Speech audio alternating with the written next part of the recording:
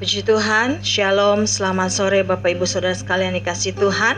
Kembali lagi kita bertemu di dalam ibadah online. Untuk sementara ini kita masih mengadakan ibadah online karena situasi kondisi yang belum memungkinkan kita saling bertemu beribadah ya Bapak Ibu Saudara.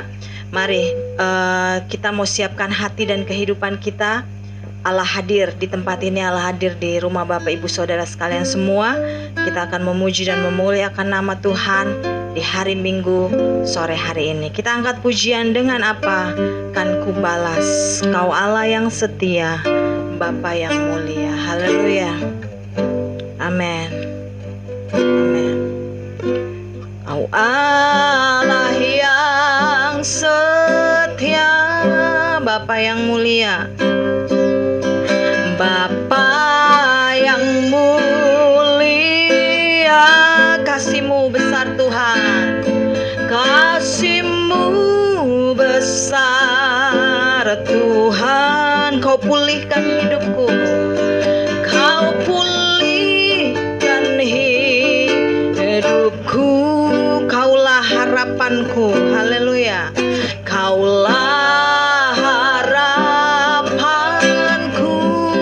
hidupku dalam-Mu, hidupku dalam-Mu. Terima kasih Tuhan, terima kasih Tuhan. Kau selamatkan hidupku, Kau selamatkan hidupku. Dengan apa? Dengan apa kan ku balas segala kebaikan-Mu? Segenap hatiku menyembah-Mu Yesus. Ku bersyukur padamu selamanya. Lagi katakan, Kau Allah yang setia, Bapa yang mulia. Haleluya. Kau Allah yang setia, Bapa yang mulia, Bapa yang mulia. Haleluya. Kasih-Mu besar, kasih-Mu besar Tuhan. Kau pulihkan, Kau pulihkan hidupku. Kaulah harapanku, Kaulah harapanku. Hidupku dalam-Mu, hidupku dalam-Mu. Amin. Terima kasih Tuhan, terima kasih Tuhan. Kau selamatkan, Kau selamatkan hidupku. Dengan apa kan ku balas segala kebaikan-Mu? Amin. Segenap hatiku, segenap hatiku menyembah-Mu Yesus. Ku bersyukur padamu. Dengan apa? Dengan apa kan ku balas? Haleluya. Segala kebaikan-Mu. Segenap hatiku, segenap hatiku menyembah-Mu Yesus. Ku bersyukur padamu selamanya.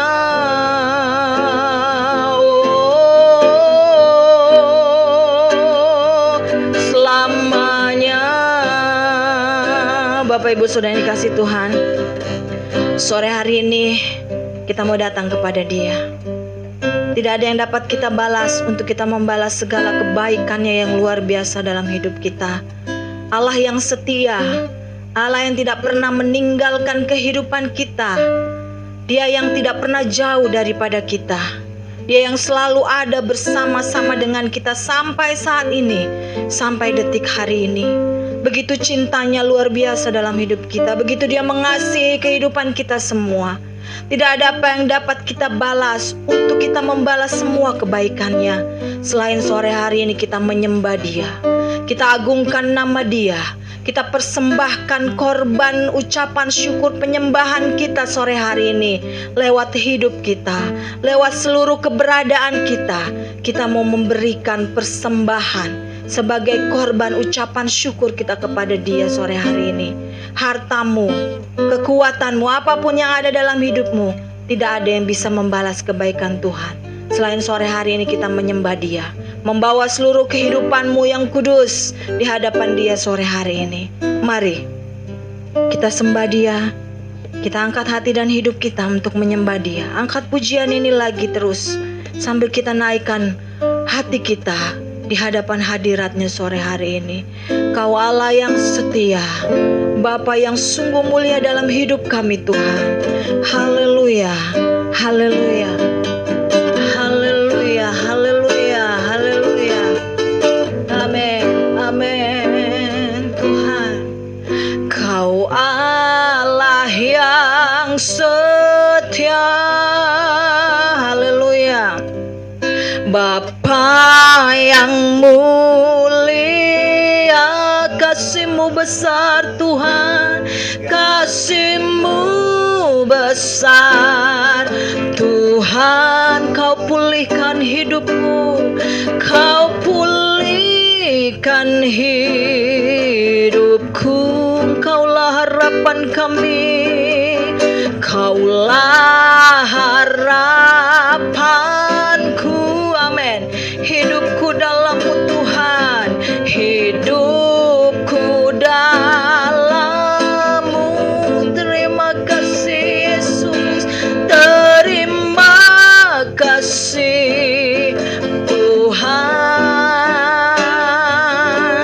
Kau selamatkan hidupku, dengan apa akan ku balas segala kebaikan-Mu. Segenap hatiku, segenap hatiku menyembah-Mu Yesus. Ku bersyukur padamu, dengan apa akan ku balas. Haleluya. Segala kebaikan-Mu, segenap hati kami, segenap hatiku menyembah-Mu Yesus. Ku bersyukur padamu. Sekali lagi, dengan apa akan ku balas. Haleluya. Segala kebaikan-Mu, segenap hatiku, segenap hatiku menyembah-Mu Yesus. Ku bersyukur padamu selamanya. Oh, selamanya. Oh, selamanya. Haleluya. Haleluya, haleluya. Kami mau menyembah Engkau Tuhan. Haleluya. Kau Bapa yang setia dalam hidup kami. Haleluya, haleluya Tuhan. Haleluya, kami bersyukur Tuhan. Kau Allah yang tidak pernah meninggalkan kami. Kau Allah yang selalu setia ada dalam kehidupan kami. Walaupun seringkali kami yang jauh dari Engkau, walaupun seringkali kami yang meninggalkan Engkau, tetapi Engkau tidak pernah meninggalkan kami Tuhan. Kau selalu memperhatikan kehidupan kami setiap hari, setiap saat Tuhan. Kau selalu ada bersama-sama dengan kami. Kami bersyukur Tuhan buat apa yang Kau kerjakan dalam hidup kami. Tidak ada yang dapat kami berikan membalas kebaikan-Mu Tuhan, selain kami mau memuji dan memuliakan nama Engkau. Kami mau mempersembahkan korban penyembahan kami kepada Engkau Tuhan, mengagungkan nama-Mu, menyembah Engkau, Allah yang berkuasa atas hidup kami, Raja kami, Raja di atas segala raja Tuhan. Terima kasih Bapa, terima kasih buat kesempatan sore hari ini yang masih Tuhan berikan untuk kami boleh beribadah, masuk di dalam hadirat-Mu Tuhan Yesus. Kuduskan, layakan kami untuk menghampiri Engkau sore hari ini. Pimpin, kuasai ibadah online kami sore hari ini. Engkau bekerja, Roh Kudus beracara, menjamah kami semua. Hadirat-Mu boleh kami rasakan Tuhan, kuasa-Mu boleh kami rasakan sore hari ini. Bekerja di dalam hati dan hidup kami, di dalam setiap pribadi lepas pribadi yang ada di dalam ibadah ini Tuhan. Terima kasih Tuhan, kami serahkan semua dalam tangan-Mu. Engkau ada bersama-sama dengan kami, Engkau berhadirat bersama-sama dengan kami Tuhan. Kami akan mulai ibadah kami sore hari ini hanya di dalam nama Tuhan Yesus Kristus. Haleluya, amin. Puji Tuhan. Siapa kekuatan kita saat-saat ini Bapak Ibu Saudara? Apa yang sedang kita alami? Apa yang sedang kita rasakan? Secara manusia mungkin kita tidak mampu, tetapi kita punya Allah yang luar biasa. Dialah sumber kekuatan kita, sumber segalanya di dalam kehidupan kita, yang sanggup dan mampu menolong hidup kita, memampukan kita untuk melangkah menjalani hari-hari saat-saat ini. Tuhanlah kekuatan dan mazmurku. Haleluya. Dia gunung batu dan keselamatan kita. Haleluya. Amin. Amin. Amin. Haleluya. Amin. Haleluya. Tuhanlah kekuatan dan mazmurku. Dia gunung batu. Dia gunung batu dan keselamatanku. Hanya padamu hatiku percaya. Hanya padamu hatiku percaya. Kaulah menara dan kota perlindungan. Lagi, Tuhanlah kekuatan dan mazmurku. Haleluya.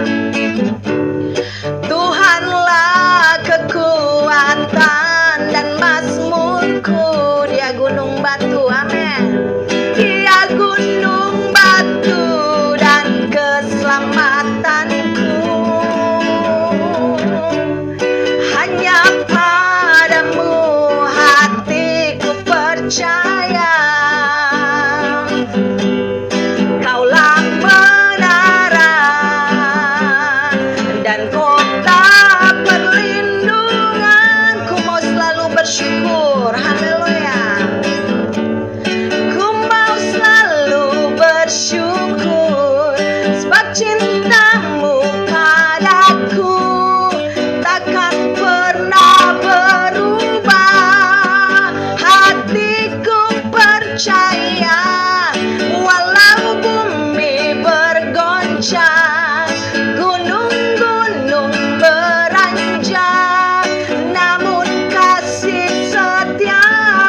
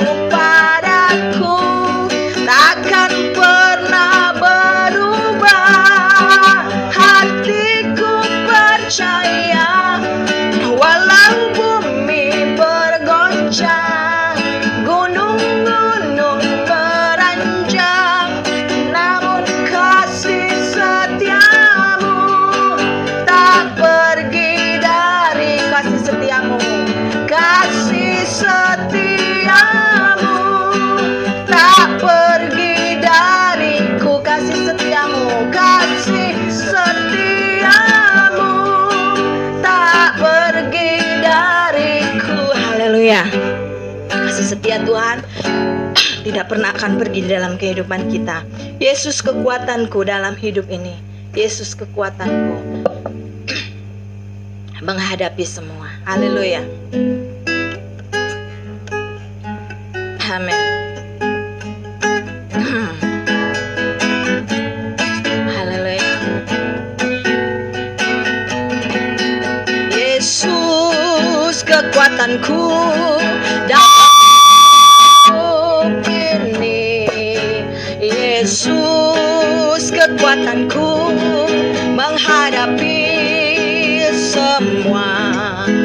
Bersama Dia hatiku takkan goyah. Yesus kekuatan hidupku. Yesus hapuskan tetesan air mata.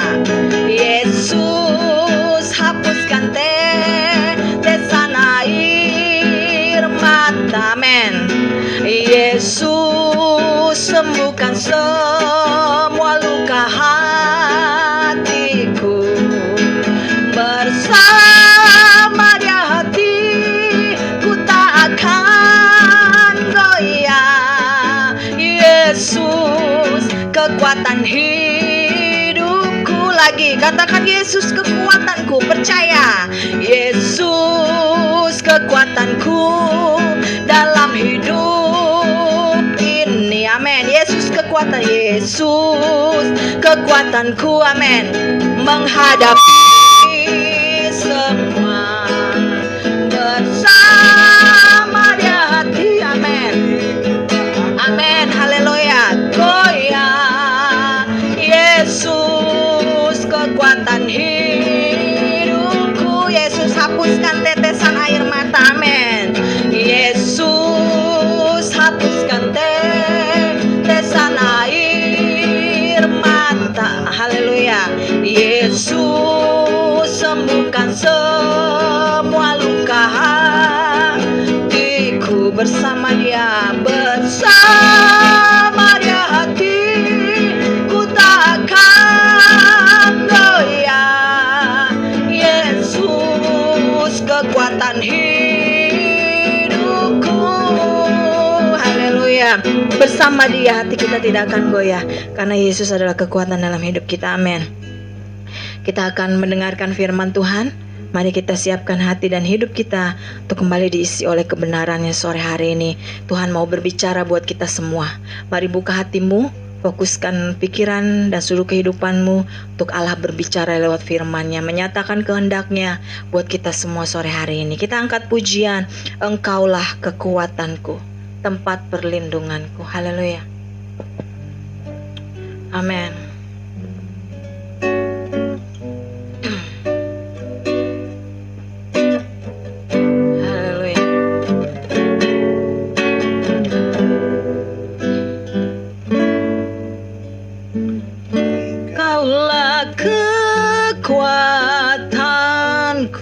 Tempat perlindunganku, tempat perlindunganku saat badai menerpa.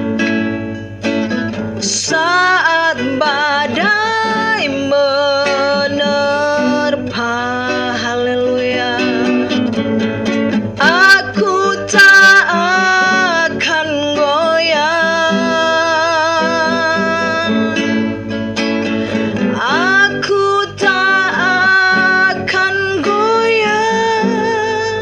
Sebab Kau sertaku. Lagi katakan, Engkaulah kekuatanku, tempat perlindunganku. Haleluya.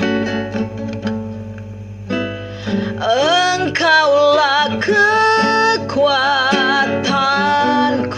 Amin.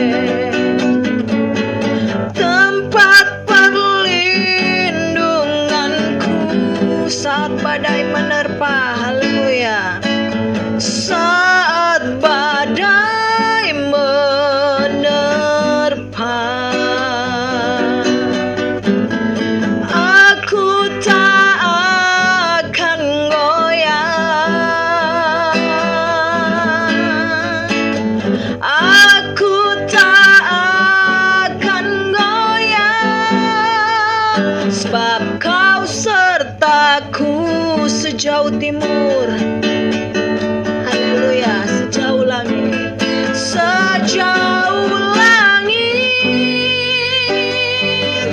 dari bumi, begitu besarnya kasih-Mu. Penuhi hati kami, penuhi hati kami yang rindu menyembah-Mu.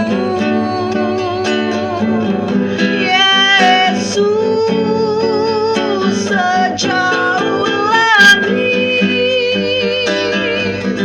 dari bumi, begitu besarnya kasih-Mu. Kaulah Tuhan,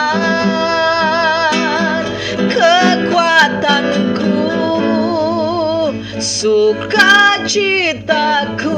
Lagi katakan, Engkaulah kekuatanku, tempat perlindunganku Tuhan. Haleluya.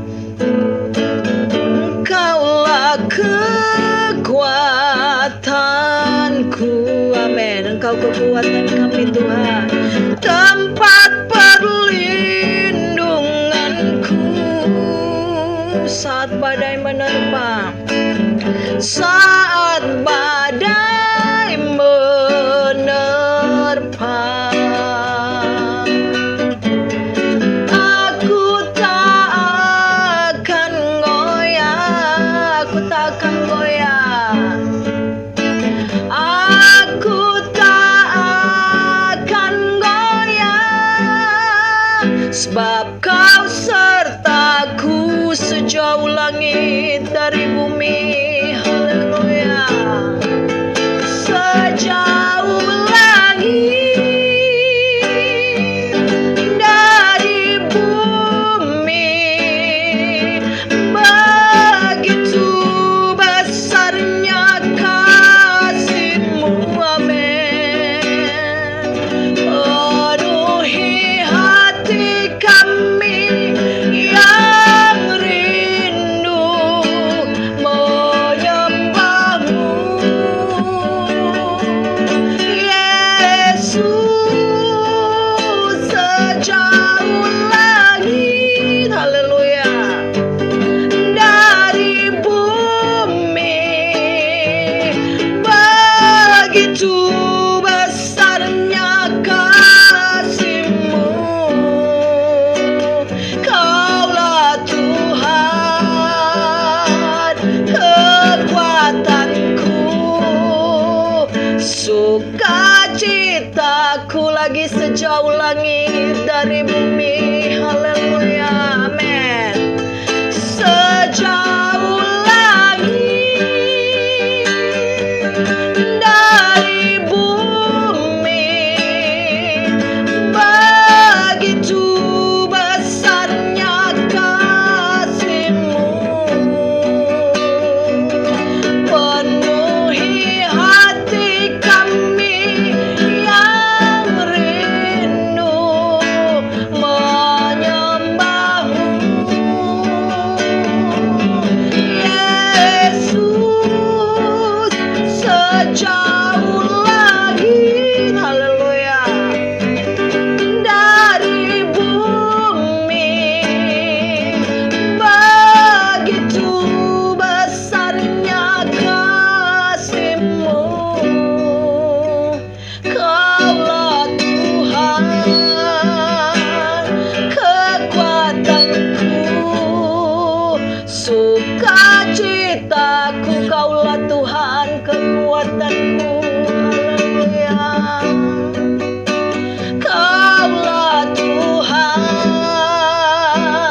kekuatanku, sukacitaku. Engkaulah kekuatan kami Tuhan, Engkaulah sukacita kami Tuhan. Di saat kami lemah, Engkau kuatkan kami. Di saat kami sedih, Engkau hiburkan kami, Engkau berikan kami sukacita, Engkau memberikan kami kelegaan Tuhan. Kami bangga memiliki Engkau Allah yang luar biasa di dalam hidup kami, yang memampukan kami untuk melangkah menjalani hari-hari kami. Mungkin terkadang berat, mungkin terkadang susah, tetapi ketika Allah ada bersama kami mendapatkan kekuatan yang baru yang Kau berikan di dalam kehidupan kami Tuhan. Terima kasih Bapa. Terima kasih Yesus buat karya-Mu di dalam kehidupan kami. Terima kasih Tuhan buat kesempatan sore hari ini kami boleh memuji, mempersembahkan korban persembahan kami kepada Engkau. Biarlah apa yang kami berikan kepada Engkau ini boleh berkenan di hadapan-Mu dan boleh menyenangkan hati Engkau Tuhan Yesus. Terima kasih Bapa. Sebentar kami akan mendengarkan firman-Mu. Engkau tolong hati kami, tanah-tanah hati kami menjadi tanah-tanah hati yang baik, yang subur. Biar benih firman Tuhan yang boleh ditabur sebentar, itu boleh ada tertanam di dalam hati kami, bertumbuh subur bahkan berbuah-buah dalam kehidupan kami Tuhan. Terima kasih Tuhan Yesus, Engkau luar biasa. Kasih-Mu besar dalam kehidupan kami. Tolong hamba-Mu yang akan menyampaikan firman-Mu. Kiranya Roh Kudus yang bekerja dalam hidupnya Tuhan, bukan dengan kekuatan hamba-Mu, tetapi karena pertolongan-Mu yang ada dalam hidup hamba-Mu. Terima kasih Bapa. Kami serahkan semuanya dalam tangan-Mu. Hanya di dalam nama Tuhan Yesus Kristus kami siap mendengarkan firman-Mu. Haleluya. Amin.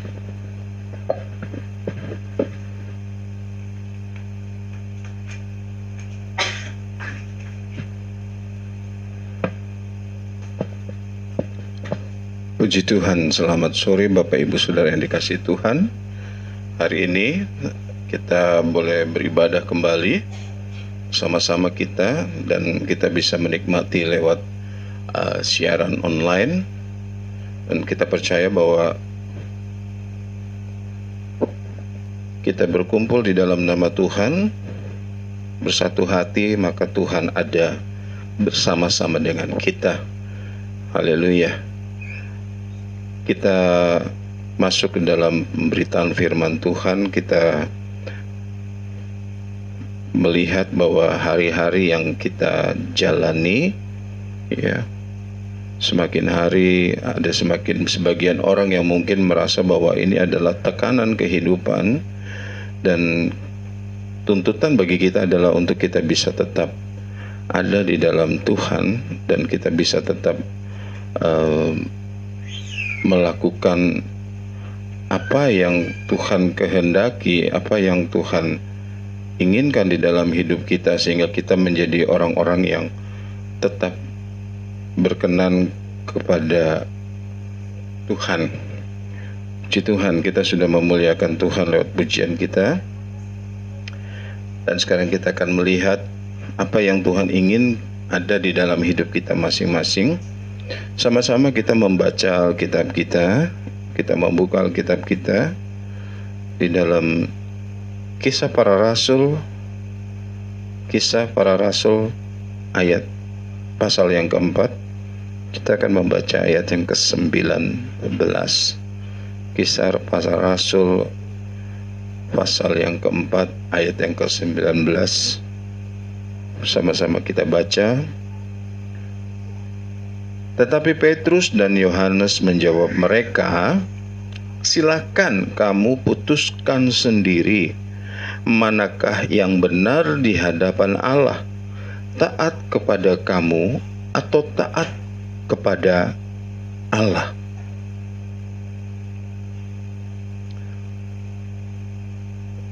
Tema kita pada sore hari ini, saya berikan tema sebagai pilihan yang tepat. Ya, pilihan yang tepat. Ya, pilihan yang menentukan masa depan kita.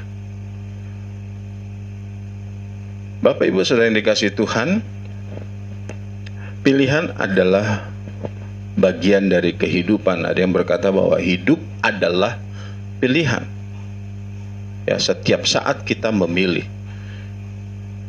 Karena ada banyak hal yang harus kita tentukan supaya kita apakah kita akan memilih A atau B atau D, C seterusnya.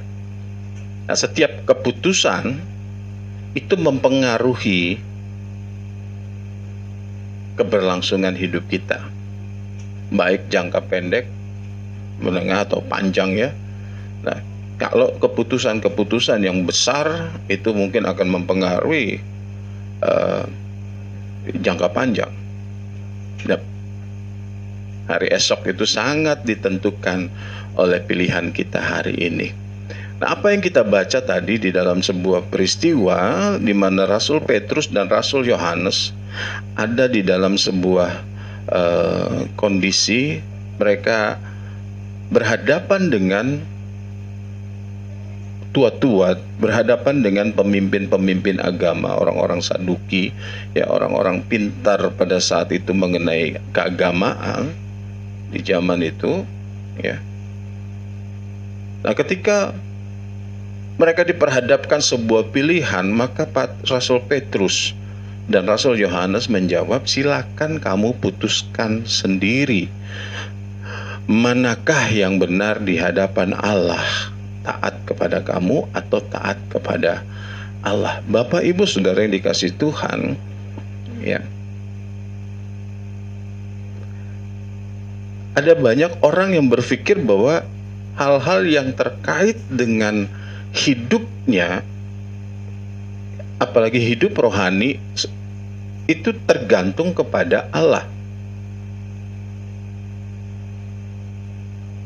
Ya, sehingga kita banyak sekali melakukan atau menaikkan doa-doa permohonan kepada Tuhan supaya kita tetap benar di hadapan Dia. Permohonan untuk kita dibimbing, permohonan untuk supaya kita diajar, permohonan supaya kita tetap ada di dalam asuhan Tuhan, itu baik. Tetapi ketika tiba pada saat memilih, ya, tiba saat memilih, maka pilihan itu harus diputuskan sendiri.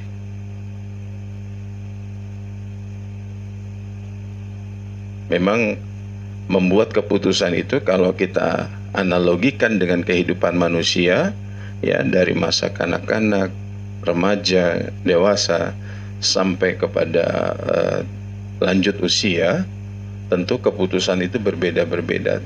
Tetapi ketika kita sudah meningkat kepada dewasa, maka keputusan hidup menjadi keputusan yang tanggung jawabnya sepenuhnya ada pada kita. Demikian juga ketika kita mau hidup, ya, ketika kita membuat keputusan terkait hubungan kita dengan Allah, itu semuanya dikembalikan kepada saudara dan saya.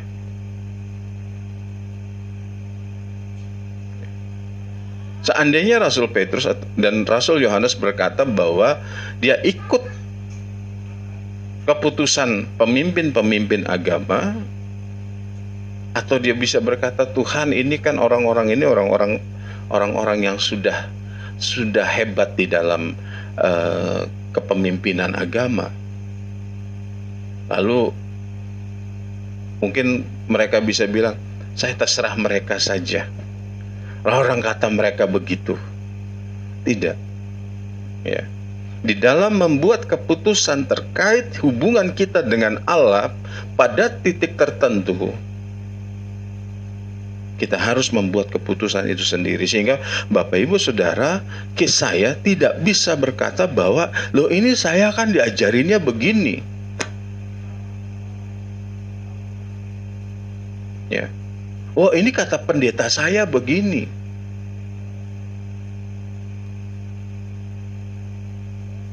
Pendeta, gembala, siapapun itu, Alkitab katakan nabi, rasul, pemberita Injil, guru,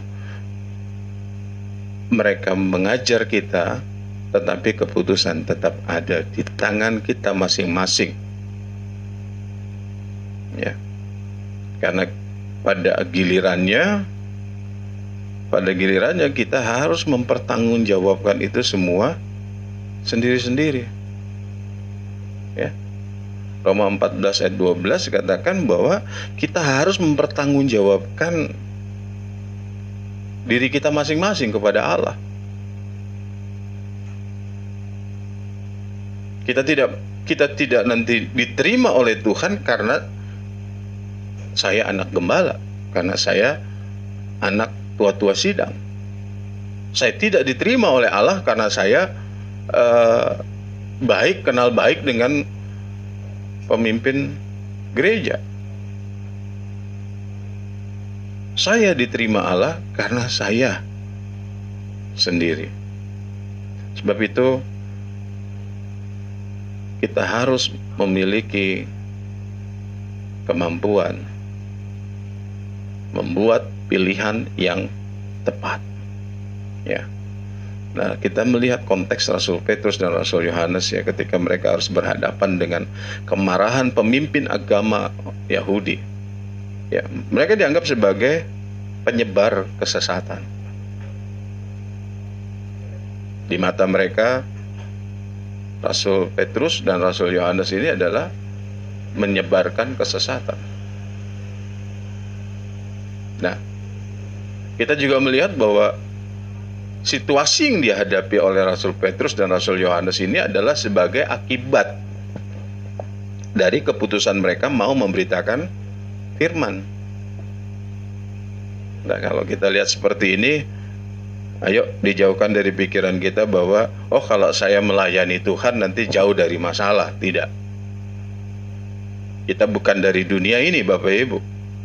Sehingga Tuhan Yesus katakan karena kita bukan berasal dari dunia, wajar kalau dunia tidak menyukai, dunia membenci kita. Jadi kita harus punya pemikiran bahwa ketika saya melayani Tuhan, saya harus pastikan ini keputusan saya. Apapun yang terjadi nanti, saya siap. Ya.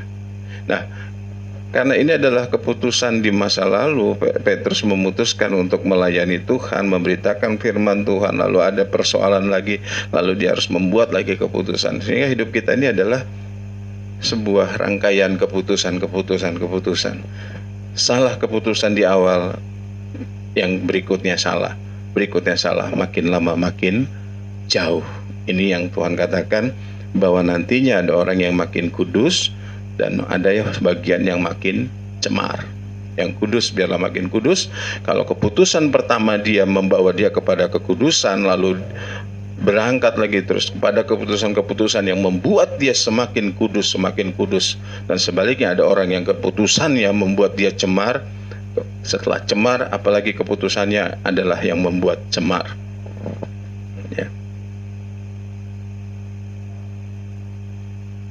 Jadi kita tidak pernah boleh kita berkata bahwa saya begini karena lingkungan. Tidak. Saya begini karena keputusan saya. Apakah saya tetap setia di dalam Tuhan ataukah saya mundur dari Tuhan? Ini adalah keputusan saya.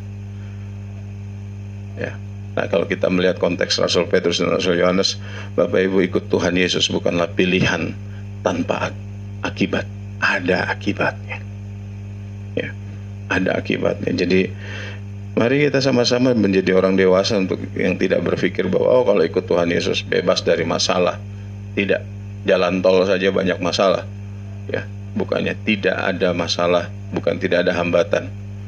Di dalam Tuhan juga ada banyak masalah, terutama ketika kita harus berhadapan dengan penguasa dunia. Ya. Rasul Petrus dan Rasul Yohanes, mereka punya tekad pada pilihan hidup yang mereka sudah buat. Sehingga mereka berani berkata demikian. Kamu pilih sendiri deh, kamu tentuin sendiri. Ya. Mereka diancam. Jangan begini ya, jangan begitu ya, harus begini. Ya sudah, silakan putuskan sendiri. Ya. Kalau Bapak, Ibu, dan saya diperhadapkan pada pilihan yang akan menentukan masa depan rohanimu, apa yang akan kita pilih? Dan bagaimana kita harus bisa memilih? Ya, mungkin secara teoritis ya, kita akan berkata, ya sudah, saya pasti pilih Tuhan Yesus. Sekali Yesus tetap Yesus. Tapi persoalannya di dalam hidup kenyataan tidak begitu, Bapak Ibu. Ya, tidak seperti itu. Tidak semudah yang kita bayangkan secara teoritis. Nah, kita bisa belajar melalui kedua peristiwa, melalui kehidupan, melalui pengalaman dua rasul ini, ya, bahwa ketika mereka dapat memilih dengan tepat, ya, mereka memilih dengan tepat, ya, satu jawaban yang begitu penuh hikmat. Mereka tidak melawan, tetapi mereka mengembalikan jawabannya kepada mereka, walaupun mereka juga punya pilihan bahwa mereka akan taat kepada Allah. Nah, kalau kita diperhadapkan dengan situasi kita mau taat kepada Allah atau taat kepada hal lain, ya tentunya taat kepada Allah akan membawa kita kepada pengudusan. Sebaliknya, ketidaktaatan kita akan membawa kita kepada kecemaran. Di dalam konteks Rasul Petrus dan Rasul Yohanes, mereka berhadapan dengan tua-tua, dengan pemimpin-pemimpin agama. Mungkin kita belum sampai kepada kasus yang seperti Rasul Petrus, tetapi dalam hidup kita sehari-hari ada pilihan, ada tekanan-tekanan pilihan yang harus kita buat, antara mau jujur atau tidak jujur. Allah inginkan kita jujur, antara mengasihi dengan tidak mengasihi, antara mengampuni dengan tidak mengampuni, antara membenci dengan mengasihi. Itu pilihan, ya. Kalau kita orang yang taat kepada Allah, maka pilihan kita adalah pilihan yang dikehendaki oleh Allah. Ya. Kita belajar, kita melihat dari Rasul Petrus dan Yohanes, ya, dan kita bisa saya memberikan kesimpulan atau memberikan beberapa poin yang membuat orang percaya itu bisa memilih dengan tepat, ya. Yang pertama, Bapak Ibu, kita baca ayat yang ke-20, Kisah Rasul pasal 4 ayat 20. Sebab tidak mungkin bagi kami untuk tidak berkata-kata tentang apa yang telah kami lihat dan yang telah kami dengar. Ya.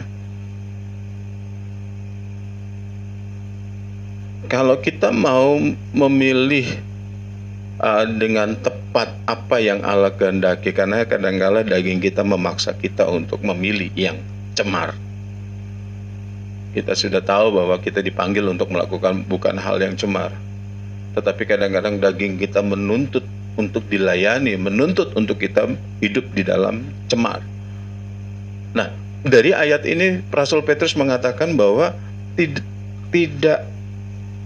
sebab tidak mungkin bagi kami untuk tidak berkata-kata. Dilarang berkata-kata, mereka bilang tidak mungkin tidak berkata-kata. Untuk kita bisa memilih atau memutuskan sebuah pilihan yang tepat dan benar sesuai dengan kehendak Allah, yang pertama yang harus ada pada diri kita, sama seperti Rasul Petrus, kita tidak punya pilihan, ya, tidak punya pilihan. Memang benar Rasul Petrus katakan, ya putuskan sendiri mana yang lebih baik, taat pada Allah atau taat pada kalian. Tetapi bagaimana kita bisa memilih yang benar adalah ketika kita merasa bahwa kita harus memiliki pikiran bahwa tidak ada pilihan kecuali taat kepada Allah. Kecuali kita taat kepada Allah.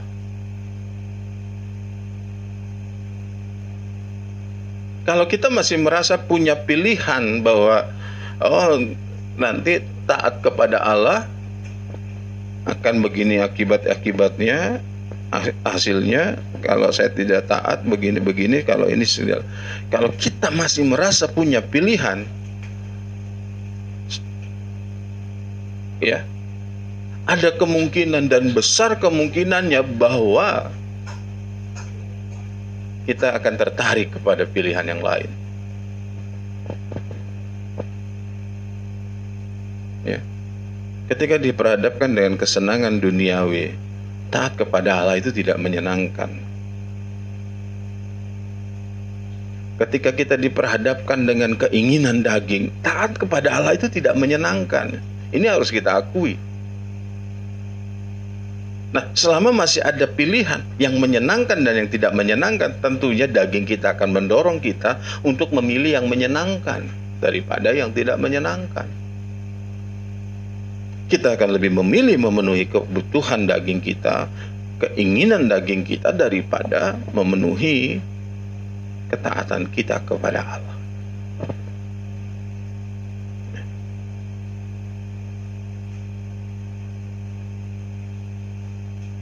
Dan kita harus ingat bahwa kita harus bertanggungjawabkan semuanya itu kepada Tuhan. Apapun yang kita lakukan, apapun yang kita perbuat, semuanya harus kita pertanggungjawabkan kepada Allah. Nah, kalau kita punya pemahaman bahwa segala sesuatunya kita harus pertanggungjawabkan, ya, Roma 14 ayat 12 katakan, jadi setiap kita akan memberi pertanggungan jawab. Maaf ya, ayat terjemahan baru katakan, demikianlah setiap orang di antara kita akan memberi pertanggungan jawab tentang dirinya sendiri kepada Allah. Nah, bagaimana kita memberikan pertanggungan jawab? Apa yang kita lakukan yang tidak berdasarkan ketaatan kepada Allah, ini sulit untuk mempertanggungjawabkannya. Tetapi kalau kita punya kesadaran bahwa segala sesuatu harus saya pertanggungjawabkan kepada Allah, maka tidak ada pilihan lain kecuali kita taat. Sehingga ketika kita harus berhadapan dengan Allah di dalam pertanggungan jawab itu, kita tidak ada yang harus diperdebatkan lagi dengan Allah. Semuanya sudah kita lakukan. Allah melihat bahwa kita melakukan semua hukum-hukumnya, semua aturan-aturannya berdasarkan ketaatan. Kenapa kamu lakukan ini? Ini firman-Mu Tuhan. Kenapa kamu lakukan itu? Ini karena firman-Mu Tuhan. Coba bandingkan kalau kita melakukan apa yang kita inginkan, bukan kehendak Allah. Kenapa kamu lakukan ini? Apa yang kita jawab? Berat. Sebab itu dari sekarang kita mulai punya pemikiran bahwa nggak ada pilihan lain. Ya, Rasul Petrus katakan, tidak mungkin bagi kami tidak melakukan apa yang Tuhan mau. Ini akan menguatkan tekad kita pada pilihan yang tepat. Nah, yang kedua kita melihat di dalam pasal 4 ayat 8. Pasal 4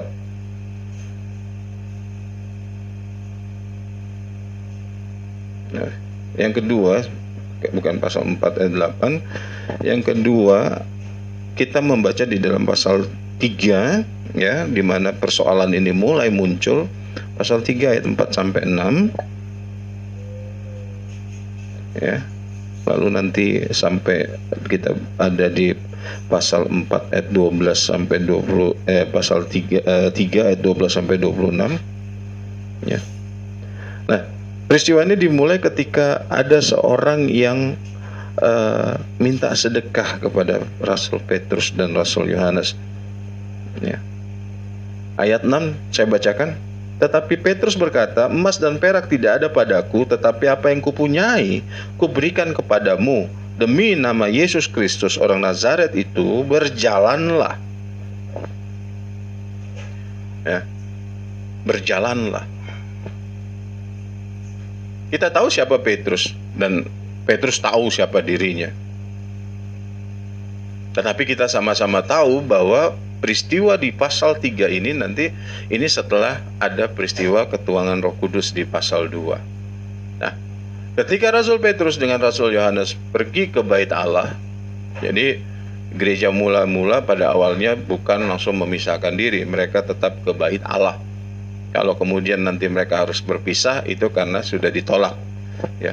Nah, yang kedua yang membuat kita bisa bertekad, memiliki tekad yang kuat pada pilihan yang tepat adalah keyakinan. Keyakinan akan apa yang dia lakukan, apa yang dia geluti, apa yang di mana dia menceburkan diri, ya. Rasul Yakobus katakan bahwa kamu percaya kepada Tuhan, setan gemetar, setan-setan gemetar. Jadi bukan percaya bahwa ya saya percaya Yesus itu anak Allah, saya percaya bahwa dia adalah juru selamat, bukan cuma sekedar begitu. Tetapi ada sebuah keyakinan yang membuat seseorang berani melakukan, meskipun itu bukan hal yang umum untuk dilakukan. Rasul Petrus memiliki keyakinan, sehingga ketika ada orang yang minta sedekah, dia berkata, emas dan perak aku tidak punya, tetapi aku punya nama Yesus. Rasul Petrus bukanlah orang yang menawarkan apa-apa, tapi dia meyakini bahwa apa yang diajarkan oleh Yesus, apa firman Tuhan yang sudah dia dengar dan diteguhkan oleh Roh Kudus, itu adalah kebenaran. Sehingga ketika dia melihat ada orang yang meminta sedekah, ya, yang dia berikan adalah apa yang dia punya, dan dia yakini bahwa itu jauh lebih berharga, jauh lebih mulia. Tentu saja keyakinan Rasul Petrus ini berdasarkan firman Tuhan, dan kita melihat di pasal yang sama di ayat 12-26 dia berkhotbah tentang Yesus.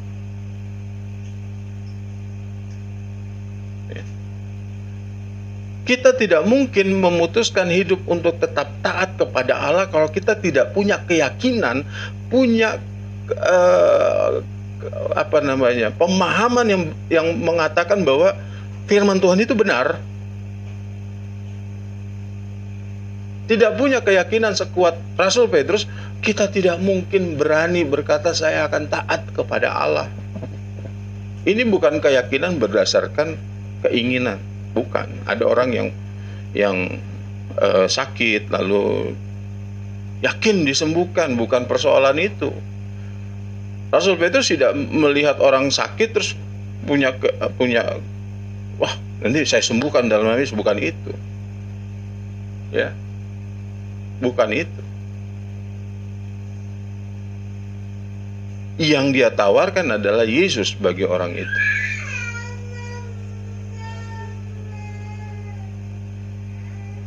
Dan Rasul Petrus, kalau dia tidak punya keyakinan terhadap firman yang dia dengar, ya, Roma 10 ayat 17 katakan, iman timbul dari pendengaran akan firman Allah. Jadi iman itu bukan timbul dari dalam hati, bukan timbul dari pikiran, bukan timbul dari mana-mana, bukan timbul dari kalau lain ditolong saya juga, enggak begitu. Orang lain disembuhkan, saya juga pasti disembuhkan, tidak begitu.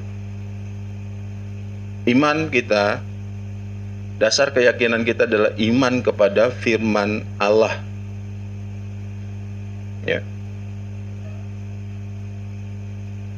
Bukan diyakin-yakinkan.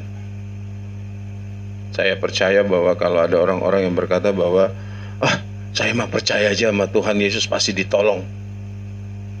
Ini bukan keyakinan. Ya, ini bukan keyakinan. Kalau yakin kepada firman Tuhan, kita tidak perlu pakai ada pertimbangan. Kalau saya taat nanti diberkati. Ya. Kalau saya melakukan firman Tuhan, pasti saya nanti akan dapat ini dan itu. Ini bukan keyakinan, ini keyakinan dagang namanya. tetapi bahwa kita yakin bahwa Dia Allah yang benar, maka semua firman-Nya adalah kebenaran.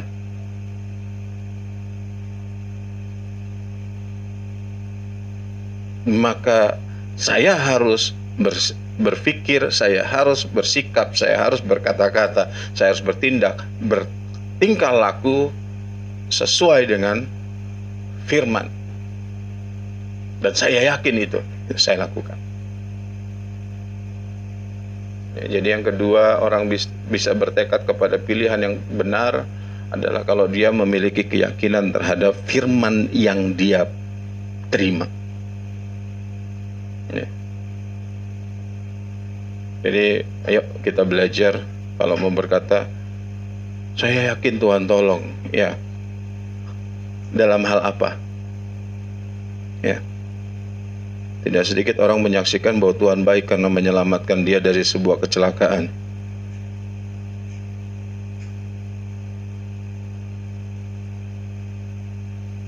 Daripada memikirkan bahwa kalau dia diselamatkan dari sebuah kecelakaan berarti ada rencana Tuhan. Ya harusnya kan begitu.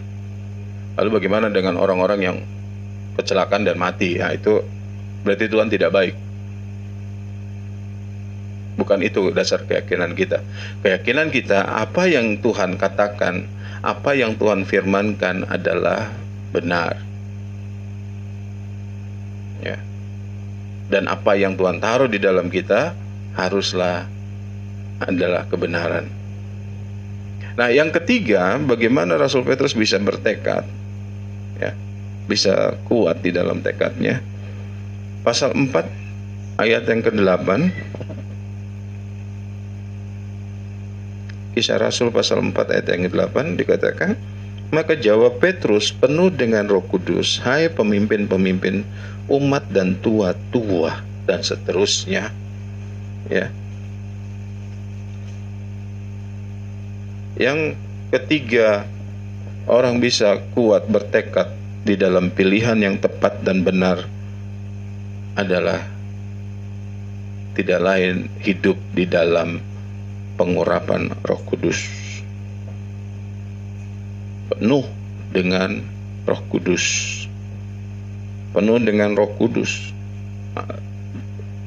Ya, Dr. Lukas, penulis Kisah Rasul ini mencatat bahwa Rasul Petrus menjawab penuh dengan Roh Kudus. Ya, bagaimana menjawab penuh dengan Roh Kudus? Bagaimana? Mungkin Petrus sendiri juga tidak terlalu paham bagaimana menjawab penuh dengan Roh Kudus, tetapi ini penulis Kisah Rasul ini menyatakan bahwa Petrus menjawab penuh dengan Roh Kudus, dan kita melihat dampaknya adalah di dalam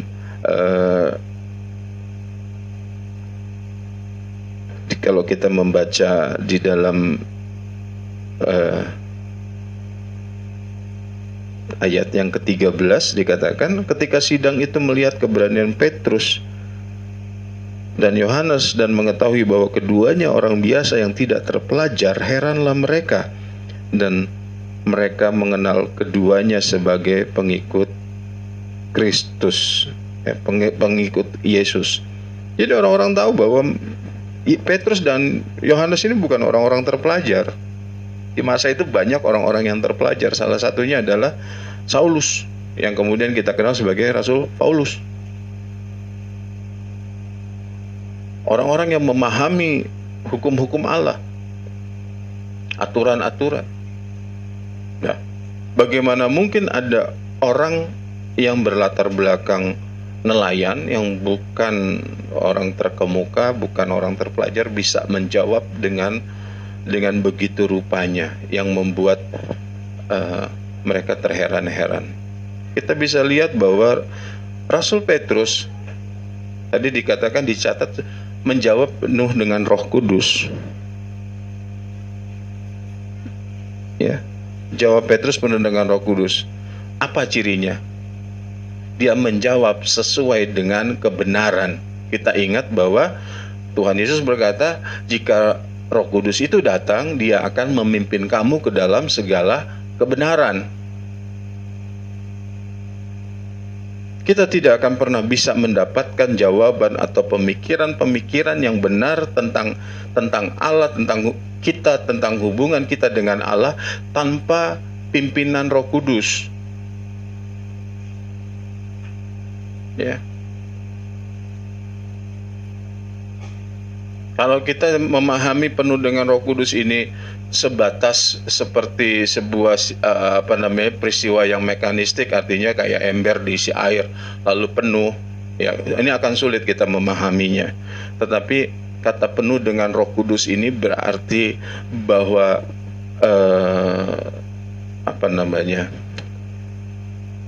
kalau ada orang lewat, ya kita nggak kenal, lalu dia berbicara, lalu kita bisa tahu, oh ini pasti pendeta ini, ya ini pasti pendeta ini. Dari mana kita tahu? Kita nggak tahu dia pendeta enggak, tetapi gaya hidupnya, cara bicaranya, semuanya mengarahkan dia, membuat kita berpikir bahwa orang ini adalah pendeta. Nah, orang yang penuh dengan Roh Kudus seperti itu. Karena dia dipenuhkan Roh Kudus, maka setiap gerak langkahnya akan mengarahkan orang berpikir bahwa ini dari Tuhan, ini pasti. Tidak ada orang yang penuh dengan Roh Kudus yang pikirannya pikiran cabul.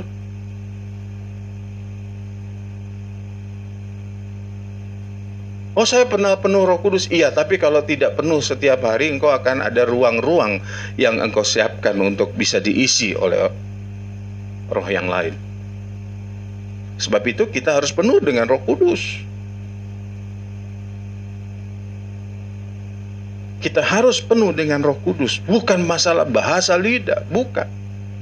Tetapi hidup kita yang dipimpin oleh Roh Kudus, digerakkan oleh Roh Kudus kepada kebenaran. Bagaimana mungkin kita yang hidup dipimpin oleh Roh Kudus, kita bertemu dengan hal-hal yang mungkin memenajiskan kita akan teruskan? Itu tidak mungkin.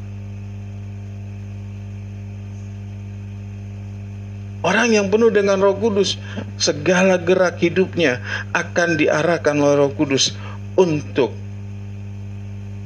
terus menjadi serupa dengan Kristus, terus disempurnakan seperti Bapa di surga sempurna.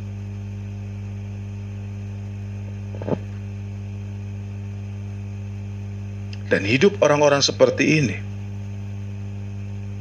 ya, ketika dia berbicara, ya, Rasul Petrus berbicara, tetapi juga di dalam kehidupan kita akan membuat orang heran. Kok bisa orang seperti ini begini? Kok bisa? Kok bisa? Ya. 1 Korintus 1 ayat 27 dikatakan bahwa apa yang bodoh menurut ukuran Allah itu akan dipakai untuk mempermalukan orang-orang yang pintar menurut ukuran dunia. Ini bukan persoalan kita mempermalukan, bukan. Orang yang akan malu. Kita tidak ada tujuan untuk mempermalukan orang. Ya. 3 hal yang ada yang saya bisa tangkap dari Rasul Petrus dan Yohanes ini, yang membuat mereka bisa berkata, tentuin sendiri deh mana yang baik, mana yang harus saya pilih. Tapi saya nggak mungkin melakukan itu. Ya. Kita melihat ada dampak ketika orang menentukan pilihan yang tepat terkait dengan Allah di dalam hidup mereka. Ayat pasal 4 ayat 21 dikatakan mereka semakin keras mengancam rasul-rasul itu, tetapi akhirnya melepaskan mereka juga, sebab sidang tidak melihat jalan untuk menghukum mereka karena takut akan orang banyak yang memuliakan nama Allah dan berhubung dengan apa yang telah terjadi. Ketika ada orang-orang percaya yang bertekad memilih yang benar, taat kepada Allah, ketidakbenaran pasti akan dibungkam. Ini tidak berbicara tentang apakah nanti enggak. Rasul-rasul juga mati semua. Ya, cuma Rasul Yohanes yang tidak mati dibunuh. Tetapi ketidakbenaran pasti akan dibungkam. Lalu yang kedua, dampaknya apa? Yang kedua, pada pasal 4 ayat 24 dikatakan, ketika teman-teman mereka mendengar hal itu, berserulah mereka kepada Allah. Katanya, ya Tuhan, Engkaulah yang menjadikan langit dan bumi, laut dan segala isinya, dan seterusnya. Orang yang bertekad hidupnya memilih untuk taat kepada Allah, maka setiap dia melewati sebuah proses dalam hidupnya, itu akan menumbuhkan, akan lebih merekatkan hubungannya dengan Allah. Kita lihat di sini setelah ditekan, mereka lebih banyak berkomunikasi dengan Allah. Ya. Mereka bukan bilang Tuhan lalukan masalah ini, bukan, tetapi mereka lebih kepada meyakini bahwa memang itu akan terjadi, dan mereka yang mereka perlukan hanya Tuhan. Ya. Jadi yang pertama, membungkam ketidakbenaran, lalu mereka punya hubungan bisa lebih dekat dengan Allah. Dan yang ketiga, dampak dari ketaatan kita, pilihan untuk taat kita adalah bahwa Allah merespon. Pada pasal 4 ayat 31 dikatakan, dan ketika mereka sedang berdoa, goyanglah tempat mereka berkumpul itu, dan mereka semua penuh dengan Roh Kudus. Lalu mereka memberitakan firman Allah dengan berani. Ya, ada respon dari Allah. Saya nggak tahu kalau ada orang Kristen lebih senang menerima mukjizat. Mukjizat itu salah satu respon dari Allah. Tetapi ketika kita berdoa, harusnya yang kita senangi itu responnya dulu. Ya. Responnya bahwa kita punya hubungan. Amin. Banyak orang Kristen berdoa menunggu mukjizat. Nanti baru senang kalau udah mukjizatnya datang. Dia nggak senang, dia punya hubungan. Kalau dia senang dengan hubungannya, mukjizat belum terjadi, dia sudah memuliakan Allah. Tidak tunggu mukjizat. Paham maksud saya? Ketika kita berdoa kepada Allah, kita mengharapkan sesuatu. Kalau kita mengharapkan sesuatu itu dan kita senang kalau kita terima, ya berarti kita tidak menghargai hubungan kita dengan Allah. Kalau kita menghargai dan kita senang dengan responnya Allah, maka sebelum jawaban itu kita terima, apa yang kita minta itu kita terima, kita udah senang dulu harusnya. Ya. Orang-orang yang taat kepada Allah, hubungannya akan semakin hari akan semakin erat dengan Tuhan. Dan mereka akan semakin melihat respon dari Allah. Dan respon itu akan mendorong mereka lebih bergiat lagi, lebih bersemangat lagi. Ada tekanan, ada ancaman, tetapi hidupnya adalah hidup yang penuh dengan semangat karena Allah ada di dalam hidupnya. Ini semua karena pilihan. Bapak Ibu Saudara yang dikasihi Tuhan, banyak mungkin hal-hal yang kita hadapi hari-hari ini, ya, dan boleh dikatakan bahwa pandemi ini menjadi sebuah kondisi yang menguji apakah kita betul-betul mengasihi Tuhan atau tidak. Pilihan kita seperti apa? Rasul Petrus berani menyatakan bahwa saya mau lebih taat kepada Allah daripada kepada orang. Ya, ketika bicara taat kepada orang ini juga kita bisa bicara taat kepada daging kita juga, taat kepada keinginan kita, taat kepada hal-hal yang membuat kita jauh dari Tuhan. Tetapi pilihan ada sama pada saudara dan saya. Saya mau memilih taat kepada Allah supaya saya kudus. Saya mau memilih taat kepada Allah supaya saya punya hubungan yang baik dengan Dia, supaya Dia lebih berkenan kepada saya. Saya mau menyenangkan Dia, bukan karena saya mengharapkan sesuatu, tapi karena saya sudah diselamatkan, karena saya sudah diperdamaikan dengan Allah. Saya harus hidup sesuai dengan kehendak-Nya, sehingga kita bisa membuat keputusan-keputusan yang benar, keputusan-keputusan yang tepat. Itu yang menandakan kita adalah orang-orang yang dewasa di dalam Tuhan. Bapak Ibu Saudara yang dikasihi Tuhan, apapun persoalan-persoalan kehidupanmu saat-saat ini, mari kita tidak memikirkan apa yang akan Tuhan kerjakan kepada kita, tetapi coba pikirkan dulu, apakah saya semakin taat, semakin mau melakukan apa yang dikehendaki, semakin persoalan-persoalan ini membuat saya semakin kudus, tidak? Ya, kalau ada persoalan datang, katakan kepada persoalan itu, aku akan lebih taat kepada Allah daripada permasalahan ini.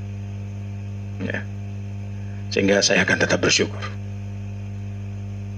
Kalau datang penyakit, jangan cepat-cepat tengking itu penyakit.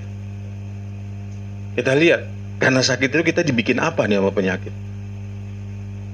Mengucap syukur kah? Atau kita mengeluh kah? Katakan kepada penyakit itu, sakit, aku akan lebih taat kepada Allah. Sakit boleh ada, aku akan taat kepada Allah. Ya. Kepada hal-hal yang menyakitkan perasaan kita bisa bilang begitu. Mana? Aku mau taat sama kamu atau aku taat sama Allah? Pilihan ada kepada kita masing-masing. Tuhan kiranya memberkati kita, sehingga kita semakin didewasakan di dalam Tuhan, dan kita semakin mengerti apa yang harus kita pilih di dalam hidup kita masing-masing. Mari kita berdoa. Bapa yang baik, Bapa yang mengasihi kami, Bapa yang bersabar kepada segala kebodohan kami, Bapa yang berani menaruh pengharapan besar, percaya bahwa kami akan menjadi orang-orang-Mu yang kudus lewat korban Yesus di kayu salib, lewat kerelaan-Mu Tuhan menaruh Roh-Mu yang kudus di dalam hidup kami. Sungguh Engkau Allah yang mengasihi kami. Engkau tidak melihat bahwa kami ini adalah manusia yang penuh dengan kelemahan, tetapi Engkau menaruh kepercayaan bahwa kami bisa disempurnakan, kami bisa menjadi serupa dengan Kristus. Terpujilah nama-Mu Bapa. Ajar kami terus untuk kami bisa semakin taat kepada Tuhan. Ajar kami untuk memiliki hati yang semakin mengasihi Tuhan. Jika hari-hari ke depan kami akan lebih banyak melihat respon dari Allah, hubungan dengan Allah yang semakin baik, kehidupan kami yang semakin dipimpin oleh Roh Kudus, sehingga itu semua menyenangkan hati-Mu Tuhan. Pujilah nama-Mu Bapa, biarlah hidup kami penuh dengan sukacita, damai sejahtera dari Tuhan, karena kami hidup dipimpin oleh Roh-Mu. Berkati umat-umat-Mu Tuhan, di rumah, di mana saja mereka berada, mendengarkan, beribadah bersama kami pada sore hari ini Tuhan. Damai sejahtera Allah ada di atas kehidupan umat-umat-Mu. Berkati pribadi lepas pribadi, rumah tangga, kesehatan anak-anak-Mu Tuhan, bahkan mata pencarian mereka untuk mereka bisa memuliakan Tuhan. Tuhan tolong, semakin hari semakin kami didewasakan, semakin hari kami semakin serupa dengan Kristus dan sempurna seperti Engkau Bapa. Terima kasih Tuhan Yesus, terima kasih buat ibadah yang sudah Tuhan berkati pada saat sore hari ini. Persoalan pandemi ini kami serahkan ke dalam tangan-Mu. Kapan kami bisa beribadah secara tatap muka langsung, kami serahkan ke dalam tangan-Mu. Tapi kami percaya bahwa Engkau tidak pernah meninggalkan kami. Terpujilah nama-Mu Tuhan Yesus. Terima kasih. Kami serahkan hidup kami ke dalam tangan-Mu. Kami mau akhiri ibadah kami pada sore hari ini. Dan kami juga berdoa bagi tetangga-tetangga kami. Engkau memberkati bangsa negara kami, segala penanganan persoalan-persoalan yang muncul di bangsa kami ini Tuhan. Kami berdoa Tuhan memberkati baik pemimpin, baik orang-orang yang ada semuanya. Masyarakat, gereja-gereja Tuhan memberkati. Terima kasih Bapa yang baik. Kiranya Allah sumber damai sejahtera yang melampaui kepikiran kami, menguduskan baik roh, jiwa, tubuh kami, sehingga sempurna, tidak bercacat celah, sampai Tuhan datang kembali. Terima kasih Bapak. Sekarang saudara-saudara yang dikasihi Tuhan, terimalah berkat yang sempurna dari Allah Bapa, cinta kasih dari Tuhan Yesus Kristus, penyertaan dan penghiburan dari Allah Roh Kudus, menyertai engkau mulai dari saat sore hari ini sampai Maranatha Tuhan Yesus datang kembali. Semua kita yang diberkati Tuhan, sama-sama kita katakan amin. Tuhan memberkati, tetap semangat, tetap sehat, sampai kita bertemu kembali. Haleluya.